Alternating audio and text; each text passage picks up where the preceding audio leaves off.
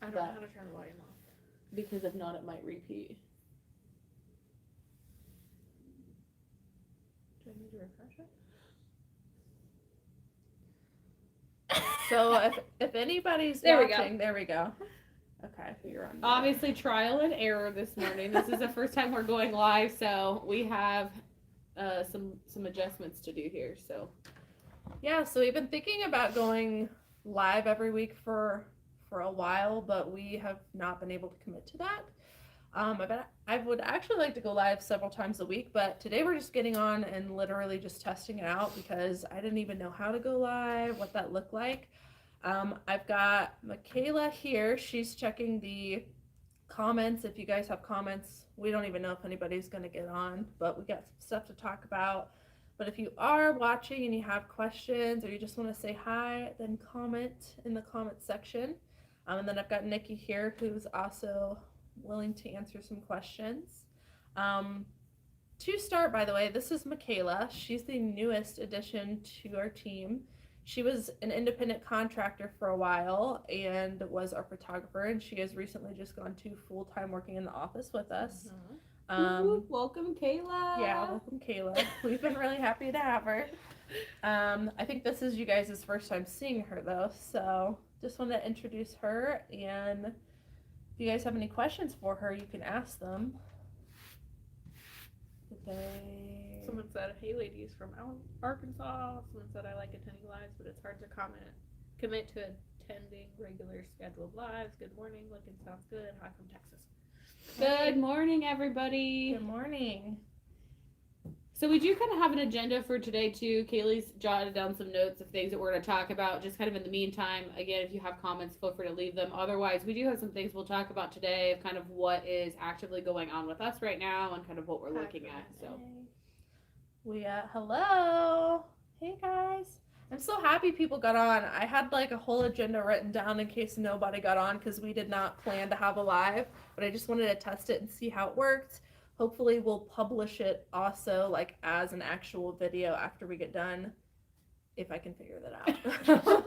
We will see, but whether you are on live or whether you're watching this later, comment down below. Let us know if you guys would like weekly lives. I know it is hard to commit to. I did do a post on YouTube. Maybe you guys participated in it, but we asked if you guys would be willing. This was months ago. If you guys wanted to do a live Q&A every week and go live. We had a lot of responses actually, and a lot of people said yeah, they would find that really helpful. So we're gonna try to commit to at least one weekly live. We're gonna go live for 30 minutes today. So it is Eastern Standard Time where we are at. We start at about 9 and we'll end at 9:30. So if you guys have any questions or just want to say hello, hi everybody. I'm gonna turn this. Sorry. Yeah, hello from Ohio. We're from Ohio. Hello. Good morning, peeps. Western Pennsylvania, Texas, Massachusetts, Miami. Man, I'd love to be in Miami right now. We were talking about weather this morning. It's like 20. It was 23 when I got up this morning. It's supposed to hit almost 60 today, and then about 8 o'clock tonight starts snowing. So welcome to Ohio, where it goes from 20 degrees to 60 back to 20. So, and with snow. So weather's been something we've really been battling with just here at the office. We've been dealing with lots of snow days. I mean, heck, she just said it's going to be almost 60 degrees today.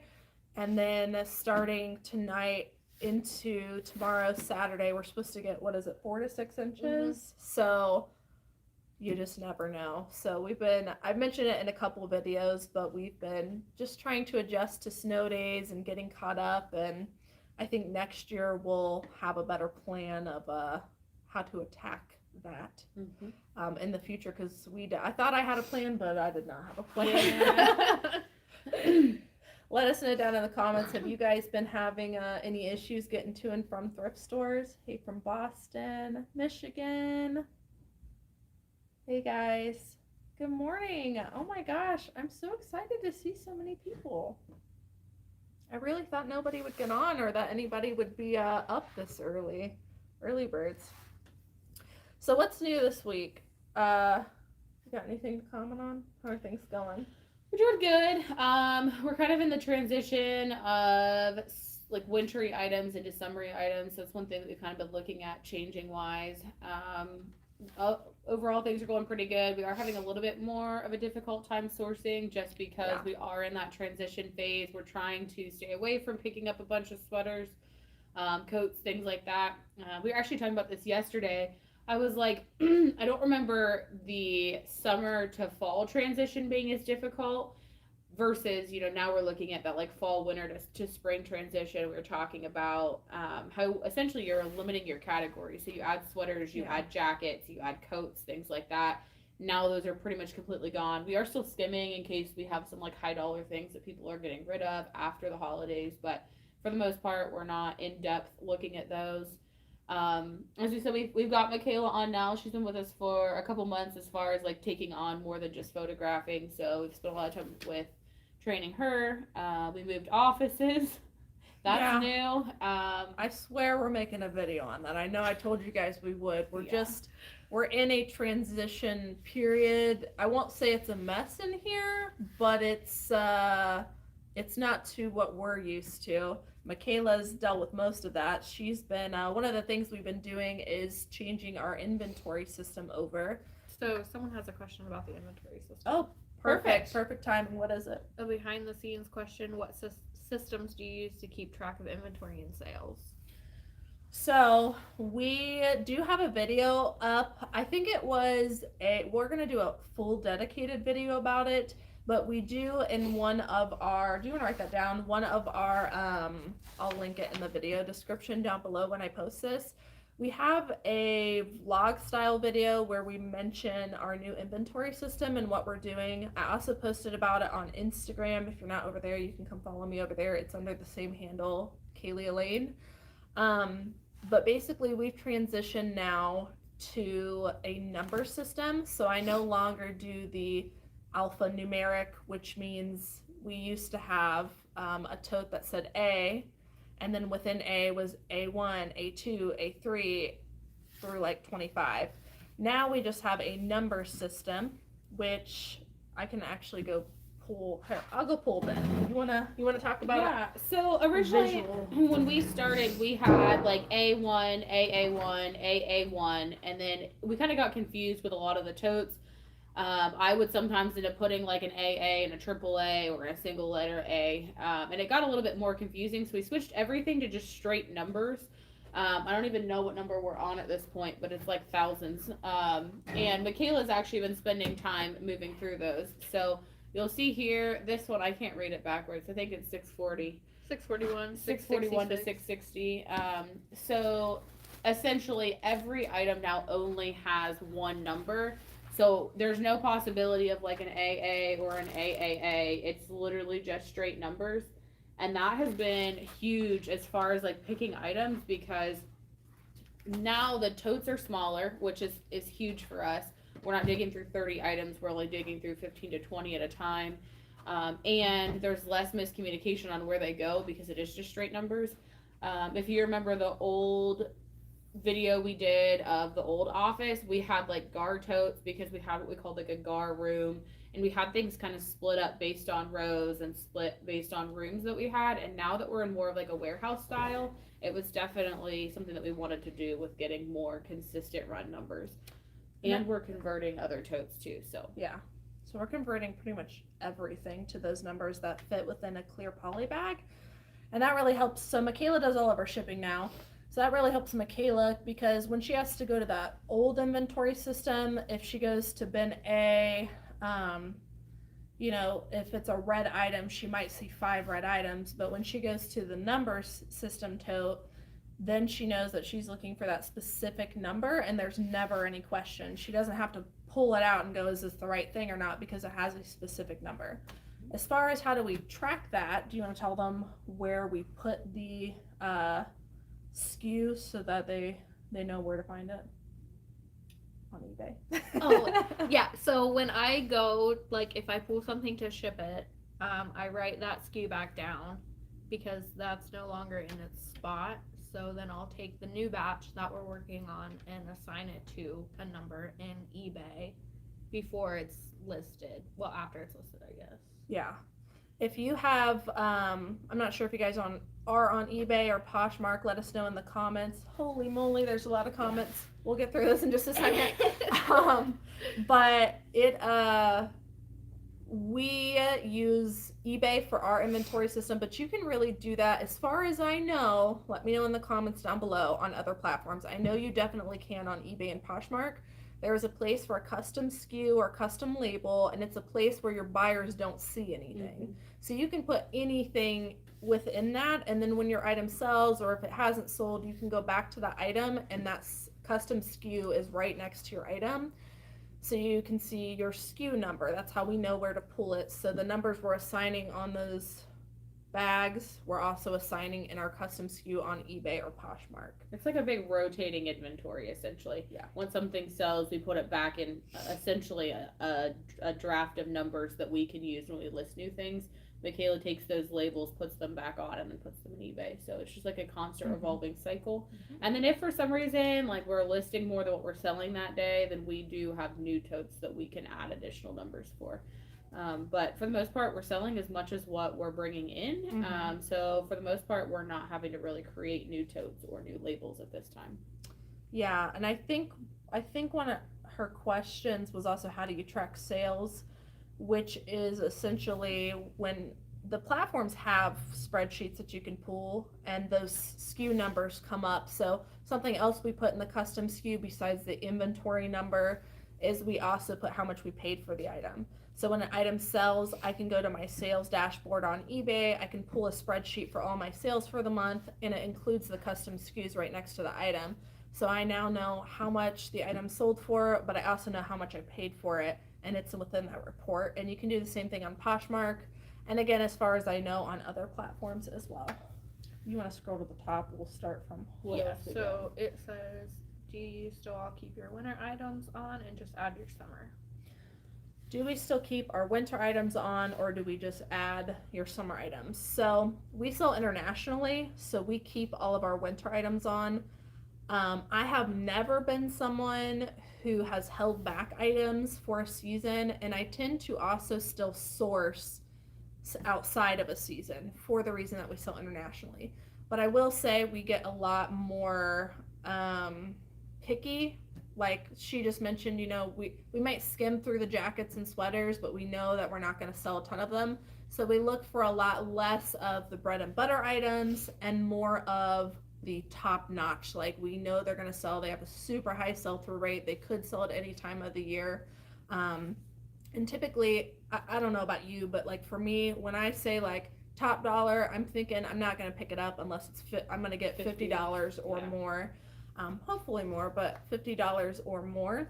But we do still source cold weather items. We're just very picky, and we tend to quick run through it versus actually taking time through it. Yep. And go ahead. Those bread and butter items too, like, so we know we were starting to get towards the end of the season. Cayley was like, this is a good time to make sure if we're picking up items that are winter related right now, that we're getting those listed first before the summery items. So if we have an option of what we're listing today, we're picking those winter items first. And she has gone through and dropped a little bit of pricing on some of the winter items that we know are probably more of those bread and butter, not those like top dollar items, to try to get like one last push to get rid of the majority of them while we can. Yeah. And I actually just filmed a What Sold video this morning that won't go live till probably this weekend because we're making this video. But I mentioned in that video, I realized, like, for instance, there was a pair of North Face ski pants that I just bought, and I paid up for them. I paid $25, I think, for them. And I saw recent comps that they were going to sell for $75, and I knew they were going to be a quick flip because the sell-through rate was so quick. But because I knew we were moving into warmer weather, I didn't want to miss the opportunity to sell them. So I priced mine a little bit lower and just got those moved and basically doubled my money. But something to think about, because I realized that I had made a mistake by paying up for that, realizing that it probably could take a whole nother year to sell.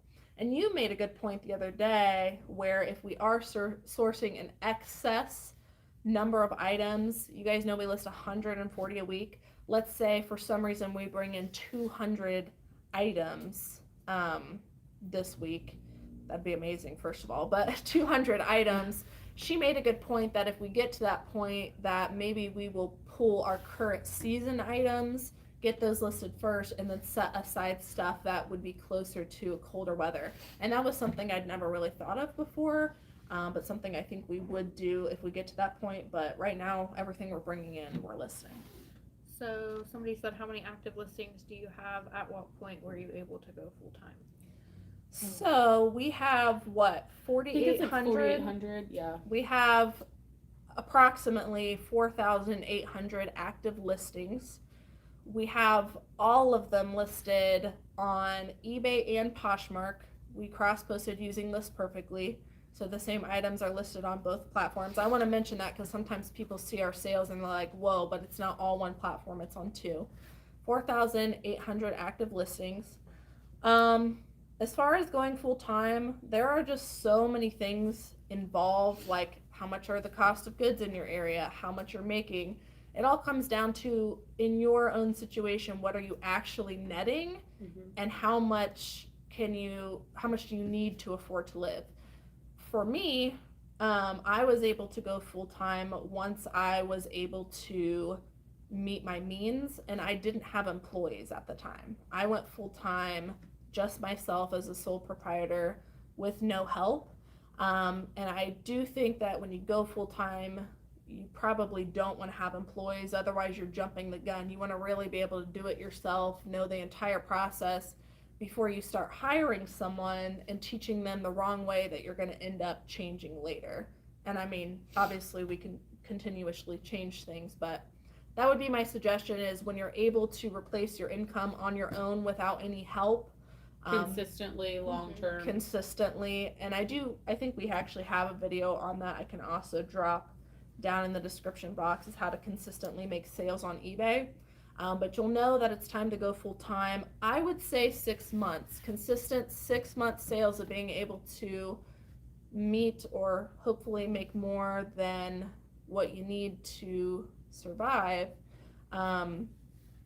Because 6 months is going to cover not only the busy season in reselling, but also the summer slowdown, which is something that maybe we'll get to talking about today. If not, we'll do it in the next live. But I think all two times resellers hop on, they have a really great, they hop on during Q4, which is like your winter months, and they're like, wow, sales are through the roof. I could really afford to go ahead and quit my job. But then they quit their job and they start going into March, April, May, when we start to head into a slow season. You really want to make sure that you're consistent for a good solid 6 months, I would say, at least, before you decide to go full time. I hope that helps. Hi guys. Do you have a video on pricing? I don't have a video specifically on pricing. Maybe that's something we'll add to. I've been asked that a lot, so maybe we'll make a video on that. It's pretty similar to like comping, essentially. Like you can kind of get an idea if you're comping things and you're saying, okay, yes, this has a good sell-through rate. I always take time then to kind of scroll through the comps and say, okay, this is exactly this item, or this is an average, and find one that's the average. I screenshot it and then I have it, so when we go back to list, I can just pull open like that album on my phone and it has all the pricing that I want to use. But essentially it's the same as comping in a way. I mean, obviously you got to look at like specific styles and stuff, but I mean, that will give you a start. Yeah, if you haven't already looked up how to do comps, if you're new to reselling, I would definitely do that. I think a big mistake people make with pricing is they don't check sell-through rate, because you can look up sold comps and you see, okay, here's one that sold for $50, but what you don't realize is there's 100 listed for $20, and that one was the anomaly. So not only do you need to check what things have sold for in the past, but what is the sell-through rate, because if the sell-through rate isn't good, you're going to have to price a lot lower to sell that item, versus if something is extremely rare, let's say there's 5 available and 20 sold, then you know that you could probably price at market, or maybe even sometimes slightly higher. Our strategy is usually to price right at the market or slightly lower. But we'll try to make a dedicated video on that. I've been asked that a lot. What is your pricing strategy like cross-posting on different platforms? Do you set the same price or different price? I'm not sure if you guys heard that, but someone asked, do we price differently when we cross-post to different platforms? Kind of.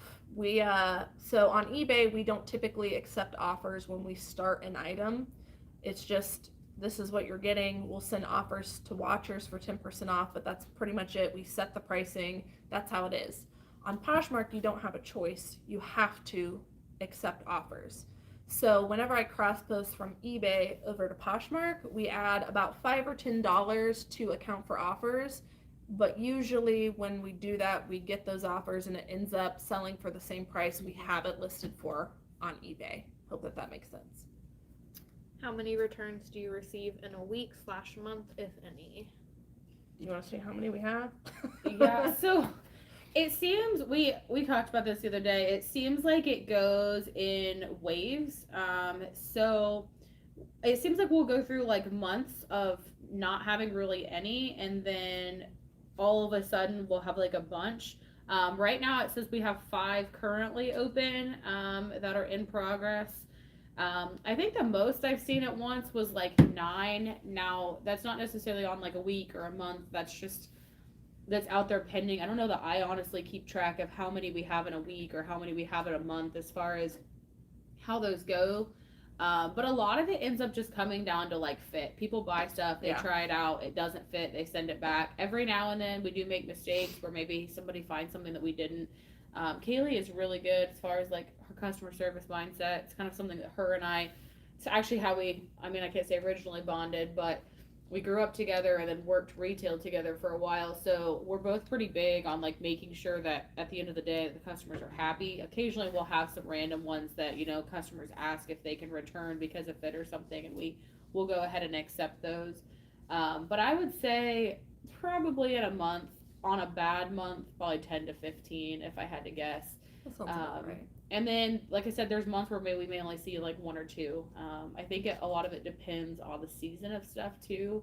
You think like right now, t-shirts, shorts pretty much fit the same way for the most part, but sweaters are varied. Some are dried, some are not. Some brands fit different. Some have stretch, some don't. So I think it all depends on what the item is. But for the most part, in comparisons to what we're shipping out, we don't see very many. Yeah, so this is just an average number, but we're selling about 500, give or take, items a month. And then on rotation, I would say, is about 10 to 15 items within a month that we're getting a return on. 10 to 15 to you guys might sound like a lot. That's a lot, but to me, it even sounds like a lot because I'm like, oh my gosh, we have all these returns. Why is this happening? But we're selling 500 items, so it's really not that much in the grand scheme of things. And like she said, people basically use us as a dressing room, unfortunately, because it's true though, Yeah, we offer, it's a choice you can make on eBay. Do you want to accept returns or do you not? We can get into why we accept returns, but I accept them because the buyers are going to force them anyway, so you might as well accept it. So we accept for any reason, including fit, which is, like she said, 99% of them are due to fit, and then we get them back, we relist them. Most of the time they're selling within the next couple of weeks. Yeah, and it's so easy, especially if you have a return. You just literally hit relist. It's not like you have to do all the photos, all the listings, and all of that again. It's still there in eBay. It's still pending. So it's not like you have to put in all the effort again. In reality, they send it back, you push 2 to 3 buttons, and it's back live again. So it's not like it's something that's super inconvenient. So yeah. How do you handle lowball offers? This is a Cayley question. Because sometimes I get them in the middle of the night and I just want to like throw my phone. But someone also asked, how can I find me a Nikki? I've been asked that a lot. You can borrow ours. I tell Cayley all the time that I think I need a side business where she just like ships me to like spend time with random people. So if you're game, you'll send her back. Leave some comments in the bottom. I guarantee you'll get like 24 hours tops and you'll be like, you know what? This was not worth it. Ship her back. You'll be asking for returns. But I do appreciate that. I like being the hype squad. But heck, I lost my train of thought. Oh, lowball offers. Sometimes they are frustrating.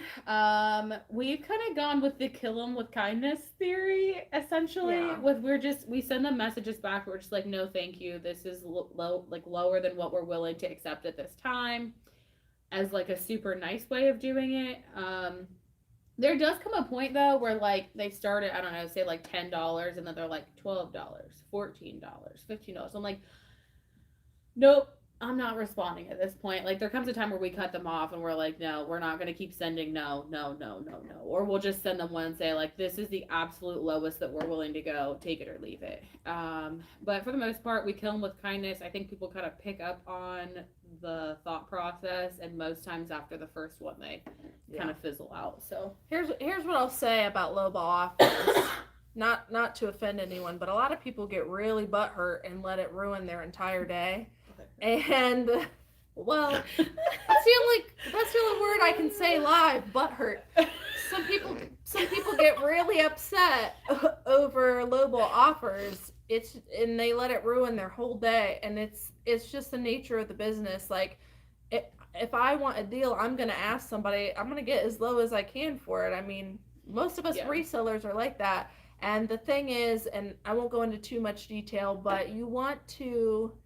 It's kind of like any attention is good attention. Yeah. So like when someone sends you an offer, they're creating activity in your store, so they're actually helping boost you in search. And what you don't want to do is constantly decline, because when you decline, you're ending that activity in your store. Whereas if you constantly counter, even if, and here's my strategy, if someone's going back and forth with me, if I've reached my bottom dollar, I'll just keep countering the exact same number until they get the point. Yeah, Poshmark wise. Yeah. And you'll keep that going, keeping that activity. And if you're to the point where you don't want to keep messing with it, at least just let the offer sit there. Don't decline it, because it's creating activity in your store. And one more tip I have before we move on to the next question is we have a copy and paste sheet for all frustrating situations. Yes. So, yeah, which I've talked about before. Maybe we can share that with you guys possibly as a free document, and you can tailor it to your own. Let us know if you want to see that. But it is a response sheet. It's literally just a Word doc.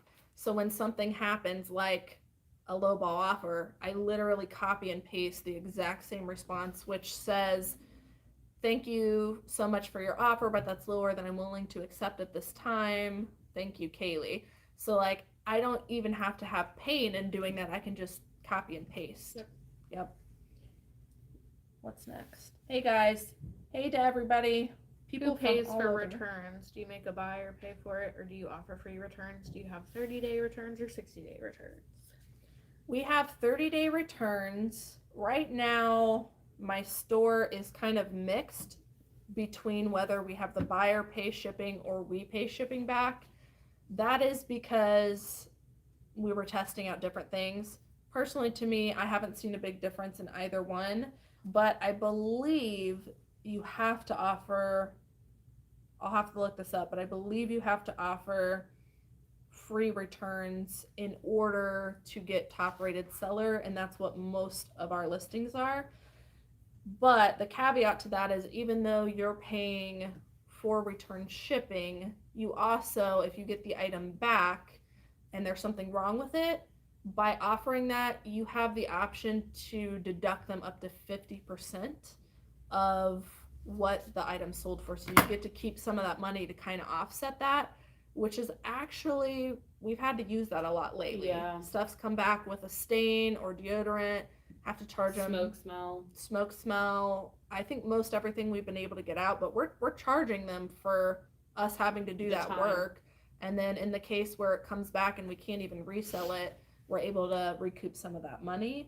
And I'll just say that if you don't offer to pay for the return shipping, buyers will find a way to make you pay anyways, so you might as well do it.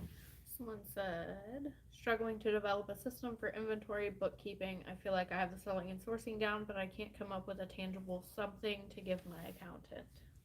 Well, I'm glad to hear, first of all, that you have an accountant, because they can help you in, I guess, developing a strategy. I personally love Excel spreadsheets. It's like tantalizing to my mind. It's calming. I love creating spreadsheets. So personally for me, I have an entire spreadsheet, but the way I make it painless for me is I've created whatever you're going to record with, like my spreadsheet. I've structured it in a way that all I have to do is basically pull these reports from eBay or Poshmark. They come in a spreadsheet, and I have my sheet structured so I can literally drag, copy, and paste everything into my accounting spreadsheet so that I'm not manually typing everything out. People are different though. You may want to look into some software like QuickBooks or something like that to help you with that. Somebody said, what's the lowest profit margin you are willing to accept? Typically we look for, I guess, at least double our money. If we know something is going to sell super quickly, we're willing to just double our money as far as profit, meaning if I pay $5, I'm going to profit $5. We try to steer to like sell 5 into 25, and that's the lowest we'll go. But if something has an extremely high sell-through rate and it's going to take a couple minutes to list, like bras, for instance, we find bras at the bin, super easy to list. When Kayla takes photos of them, that's literally just a couple shots, she's done, and they're super easy to list. But I would say at least doubling money. But sometimes there comes a point also where items haven't sold for a year, and then I just want to recoup as much money back as I can. But typically when I'm sourcing, we're hoping to at least triple our money, but sometimes depending on sell-through rate, just doubling it. Do you offer an eBay for dummies type video? I just cannot grasp eBay. I do have an eBay for beginners video. It is very old. So do you want to write that down? I could put that down in the video description after this video goes live. But I probably need to create a new one. eBay is very tough.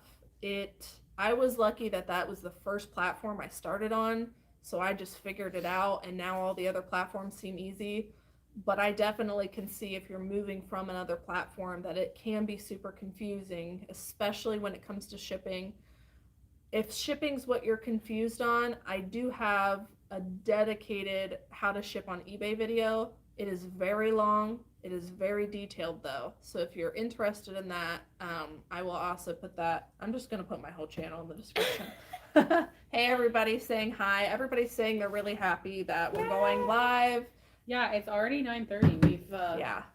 We've definitely found that you guys are interested, so we're excited that this definitely was on the right path. So yeah, there's 73 watching now. We have 18 likes. Please give us a thumbs up. It really does help the channel. If you guys haven't already, give us a thumbs up. Take a couple seconds. Can you do a video in the near future of different design styles, i.e. academia, Y2K? So that sounds like my keyword strings video, or my keywords video, where we take 5 keywords and we go over them. People have been begging me to bring that back. I'm going to be honest, my personal life is a huge wreck, so it's not a wreck, but I've got a lot going on. And, and I have not, you might have noticed I've not been able to make as many videos as normal, so my time is very limited, but I know that you guys want to see more keywords videos, and yes, we will put more up. If you haven't already, the person that commented, if you haven't already, there is a playlist on my channel called Keywords. Go to that because we talk about a lot of those. I've actually gone over academia, I think, but maybe not Y2K. if there's a specific video that you guys are really looking for, feel free to drop those in the comments too, because once she posts this, we can kind of go back, or when she posts the actual video comment, we can go back and try to add the links to the actual videos you're looking for, rather than just dropping a bunch of the comments. It looks like at this point we're probably going to have 15 to 20 videos in the comments. So if you leave one specifically with what you're looking for, we can try to go back and link the individual video back to your comment. And that way you guys have those to view kind of one-on-one with what you're looking for. So Taylor, you're following up with your question. Do you run sales on your older items? If so, what percentage do you run the sale at? I just started doing this consistently. But what I'm going to start doing every month is so hard to say, hard to explain this, but we try to focus on 100% sell-through rate within 90 days. 90 days is what eBay shows you on the sales, so 3 months. So what I'm currently doing is at the beginning of every single month, I'm going back for anything that is 3 months or older that should have sold, because we check the comps. It should have had over 100% sell-through rate or 100% sell-through rate within 90 days, which means if it hasn't sold within 90 days, there's a problem, and it's probably pricing, because we're pretty good at listing. So it's probably pricing. So what I'm starting to do is once every month, I'm going to go to everything on eBay that is older than 3 months, and I'm dropping it by, I think, 10%. And I'll do that every month. So if I drop something by 10%, but then a month later it still hasn't sold, I'll drop it by another 10%. And I've been doing that for a couple months. It hasn't been for very long, but we've been selling a lot of the older items, and that seems to help. I only do that on eBay. I have not even tried to tackle going on to Poshmark and doing that, but I will say, if you guys don't already use Posher VA, there's a link to that down below. It helps with your sharing and stuff on Poshmark. It helps with sending out offers. It's amazing. Very cheap, and I think they even have a week trial period, and there's a coupon code down below. If you haven't already, try it if you're on Poshmark. I believe Posher VA also has a way to drop prices automatically in your closet, which is something I'm thinking about testing out. The only reason I haven't tried it yet is because I'm worried that if we drop prices that it might change the item number, which will affect my list perfectly skew, essentially, without going into too much detail. Okay. Hi everybody. Do you have a video on how you got started and how you've grown so much? Thoughts on Poshmark recommended search? I have not. I don't have a video yet about how I started and how I've grown. I can make a video on that. Poshmark recommended search. If you're talking about the Poshmark update, I have not. I've seen some videos, some great videos of other resellers that have like dived deep into that a little bit as to how it's working. For me, just being honest, I don't have time to go and look at all of that. And I haven't had a reason to, because, you know, I've seen videos of people getting upset about people bragging that their sales have been good since then, but I'm just going to say that our sales have been amazing on Poshmark ever since that happened. And that's not to brag, that's just strictly telling you that ever since that happened, our sales have gone through the roof on Poshmark, and I believe it's because we include the keyword strings into our description. So when they're recommending search, I've got all of those keywords that are hitting correctly, including the brand name and all of that style information. So for us, it's very beneficial, and I think that's wise, because we have a very detailed listing with keywords.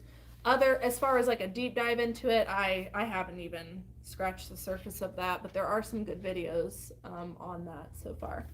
Sorry I'm late to the party. Hi ladies. I've wondered how you price dollars and cents. You always have some change in your prices, which I never do. How do you decide that? I get asked this a lot. I'm gonna start putting a disclaimer. That's such a good system, though. It seriously is. I'm gonna start putting a disclaimer at the beginning of all What Sold videos. So this someone was asking, why do we end things in various cents? Like, we have things listed for $20.79, but then we have other things listed for $54.99 or whatever. 92. The reason we do that is, first of all, I come from a retail background. I've taken a lot of classes on psychology and marketing and what the reasons people buy things. So number one, by pricing something even a few cents lower than the dollar amount, to the buyer, it seems like it's significantly less, even though it's just a few cents. So that's number one. Number two is we use a dating system. It helps us keep track of when we listed the item. I started doing that when Nikki was brought on last year. So when things end, for instance, when we list stuff in January, they end in 0.91. When we list something in February, they end in 0.92. March 0.93, and so on. And we've got a little kind of cheat sheet where we're listing items. We know to end in that few cents. So it's for those two reasons. That also helps with us marking things down cheaper. So not only just going to eBay, but going through things and seeing, okay, this is X amount or these are the dates. But if she's getting an offer and she sees that it's saying like 98 and obviously it's in March, we know that that was listed last August. And that can tell her on a quick whim without looking at dating that that item's been up for a while and that it's something we might want to go ahead and take an offer on, since we're just starting that process of taking cheaper offers on those items. Yeah. 76 watching. Thanks to you guys for the thumbs up. I see a bunch of people that did it. So just so you know, I planned on being done at 9:30. It's now 9:40. I'm going to go for 5 more minutes and then we do have to get off here. Thank you so much to everybody that said hi in the chat. It's going really fast, and again, this is my first live and I have no idea what we're doing. So I'm sure that we have missed comments and questions, and if we missed your comments and questions, I'm really sorry. It's going really fast, and I'm just doing the best that I can. But we'll get better at it, okay? We'll answer. Cayley is goals for me too. I want to be like Cayley when I grow up. Me too. But she's younger than me, so I think I need to like revert backwards. Constantly improving every day. Somebody said, do you ever find that some of your items in your inventory are not listed after some time, especially on eBay? It happened to me a lot when I end a listing after 30 days. Let's let Kayla answer this. So Kayla's been converting our inventory, and while she's been doing that, she's also been checking to make sure that the stuff that's in the tote is listed. So how's that been going? So I haven't had a lot of them pop up. I think I've only had like 2 or 3, and Nikki can kind of go over the logistics of why it happens, but I have had a few where I go on and look and they're just like gone. They're just not there at all. No matter what I search, they're just not there. If Nikki looks and she also can't find it and it's not still on Poshmark, because if it's on eBay and Poshmark, usually it's still on Poshmark. But if it's not on eBay or Poshmark, then I will just rephotograph the whole thing and just create a whole new listing for it. So let's say you've probably gone through thousands of items by this point. How many have you found that haven't been on? Probably like 2 or 3. It doesn't happen to us a whole lot. Before you start, Nikki and I did an entire inventory. Well, and by Nikki and I mean Nikki did it. Last year we only had like 2,000 items. I think it was August is what I was going to say. Yeah. I think. And we do have a video on that, and also how to pull the spreadsheet that I feel like Nikki's about to tell you about. So I will write that down while she's talking about it for a video for you to watch to explain how we do an inventory process. So obviously we're crunched for time. This is like a real quick rundown, but essentially we pull a spreadsheet off of eBay. You can go to your eBay's active listing page, and if you go to like edit multiple or like edit 1 through 2,000 or whatever, you can actually pull it into a CSV, which puts it into a spreadsheet that you can then filter based on your SKUs and go through and individually check inventory. Again, we have a video on that. We can show you how to do that. But long story short, Michaela's been going through and checking all those items. She started probably beginning of February, I would say, like as far as going through inventory, maybe a couple weeks before that. But long story short, I think there's been a total of 5 to 6 items that were not still listed. As Cayley mentioned, last August, I went through everything. It's a lot. Yeah, it was a lot. So, I mean, if you think about that, that's been like, 6-8 months? We've only had 5 out of probably 2,500 that would have already been previously listed that are no longer there. So there's really not a lot in comparison. As Michaela said, the very first thing that I go to is Poshmark, because a lot of times they're still listed on Poshmark, and then I can use List Perfectly to share those items back to List Perfectly from Poshmark, redo the listing like we would do if we were listing a new item, but we still have the photos, and then I just cross post it back to eBay and update. So you don't necessarily have to completely redo all of them. The other good thing is, like with us being on LP now, List Perfectly all the time now, if I'm finding something that's not listed on eBay anymore, I should be able to just go back to List Perfectly and then also go back and reshare that to eBay without putting all the effort in. So give List Perfectly a chance, not because she's an affiliate, but just because in all actuality, like it has made my life so much easier, and it saves us so much time with having things on multiple platforms. that we don't have to completely redo things. Now, if it's not on Poshmark, we didn't cross post it there for some reason, or it's a super old item and it isn't on LP anymore, or is it never got shared to LP because it wasn't on eBay when we went ahead and did that crossover, then we do, like Michaela said, have to completely redo that item. But I think we've had to redo completely too since this all started. I think I think a lot of people ask that too because they're wondering, do you have items that go poof? And I will say that yes, occasionally we do, but most of the time we find that the reason that they disappeared was because someone purchased it but never actually paid for it. And so it never got relisted after basically the order was canceled because they didn't pay.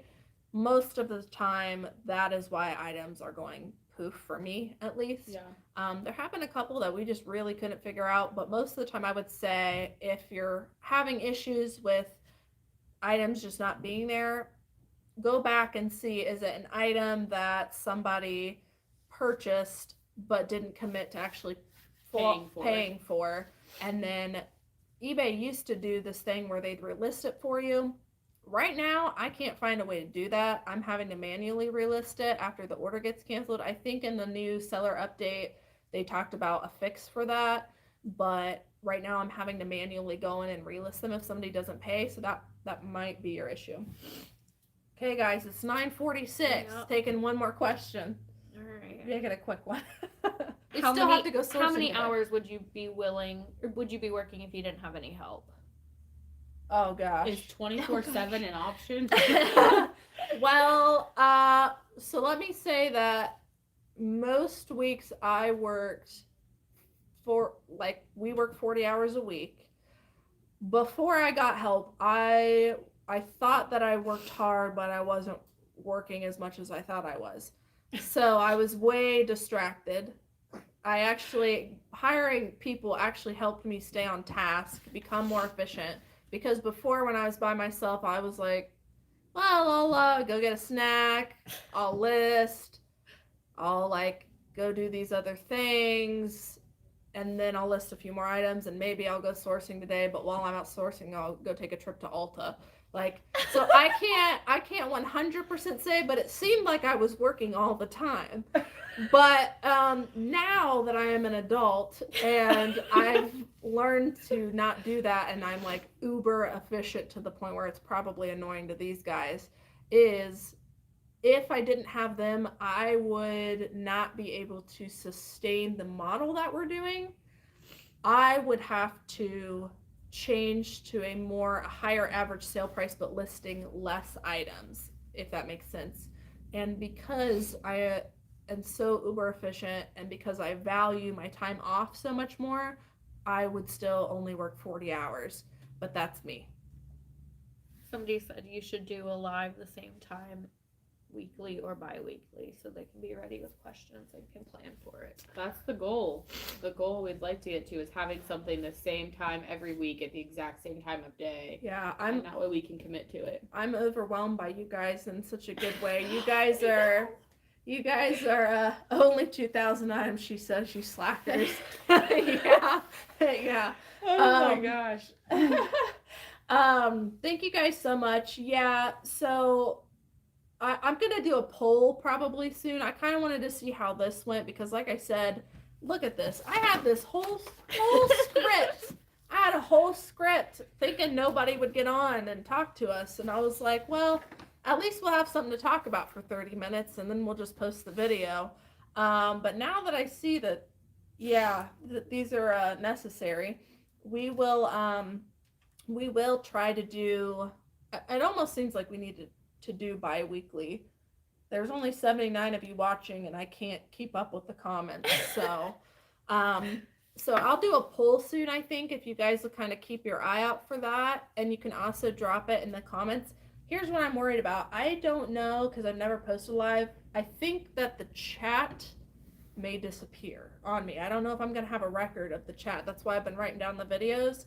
So maybe after I post this video, if you guys could go back and comment when would be most beneficial for you guys to do lives. And please don't give me like, please don't say 6 in the morning because it ain't happening. It ain't happening. But I got you guys. if, No worries. if you could kind of give a range of like what days, like Monday mornings. For us, honestly, Monday and Friday mornings would be the best for us. I know that not everybody would be able to make it, but I think it would also be a good beginning and into your week to be able to ask questions and kind of wrap up the week and start the week. So that's kind of where my head's at, but I will do a poll also soon if you guys want to look out for that. And like I said, after I post this video, because I don't know where this chat's going to go, if you, I'm just being honest, I don't know what I'm doing. So if you guys could wait and comment afterwards or just wait for that poll so we can kind of get an idea of what's going to be the most beneficial for the majority of people. I obviously realize that we won't be able to cover everybody, but hopefully maybe you could do what I did, which is, you know, you're working your day job and you sneak away to the bathroom to go join in on a chat or send a couple offers. You know. Also, the bidding's open if you want to start harassing Cayley about sending me on business trips to your houses. I am open to traveling for funsies. She's like, You're Lord about to help have me. a lot more responsibilities. Apparently so. All right, well, you'll be alone on at 6 a.m. Yeah. That's more like a, I don't know if you guys watch Chris at Daily Refinement, but shout out to him. He does very early live streams with the people he's mentoring, and I'm like, more power to you, honestly. I'm awake at that time, but I ain't going to be ready to do a whole live. I gotta be here at 8 and I don't get up till 7. Yeah. Also, I don't know if I can control my mouth and be as professional at 6 in the morning. Do that. Have to have a lot of coffee before that. All right, guys. Well, we are gonna tune out because we still have to list like 140 items. 140 items, and we're still gonna go to the bins today. We're gonna make it happen somehow. All right. Thank you guys so much. I'm sorry we didn't get to everybody's questions, but we'll do our best to put all that information in the description, and then look forward to another live. Woo! All right. I can't do a cute outro. I gotta hit the phone. So. Everybody, Bye. have a good week. Have a good Have a week. good weekend.